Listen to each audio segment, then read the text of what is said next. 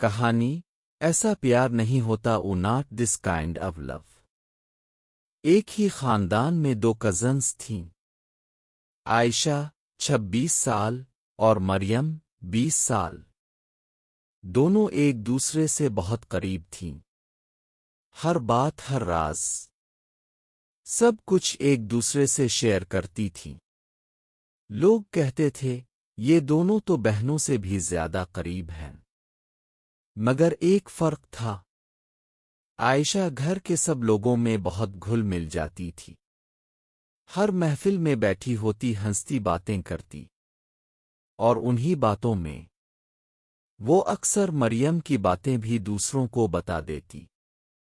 مریم سب جانتی تھی، اسے پتہ تھا کہ عائشہ اس کی باتیں آگے بتاتی ہے، مگر اس نے کبھی کچھ نہیں کہا، کیونکہ وہ سوچتی تھی چلو کوئی بات نہیں، وہ میری اپنی ہے، شاید اسے احساس ہو جائے۔ وقت گزرتا گیا، مریم ہمیشہ خاموش رہی، اور عائشہ ہمیشہ سب میں بیٹھ کر باتیں کرتی رہی۔ پھر ایک دن، ایک بہت چھوٹی سی بات پر عائشہ کو مریم کی کسی بات کا برا لگ گیا، اور وہ ناراض ہو گئی۔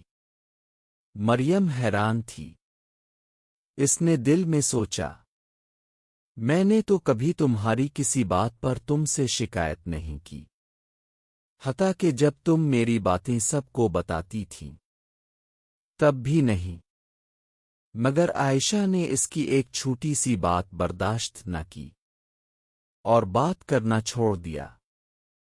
اس دن مریم کو ایک حقیقت سمجھ آ گئی کہ ہر وہ رشتہ جس میں ہم سب کچھ برداشت کرتے رہیں اور سامنے والا ایک چھوٹی سی بات بھی برداشت نہ کرے، وہ محبت نہیں ہوتی۔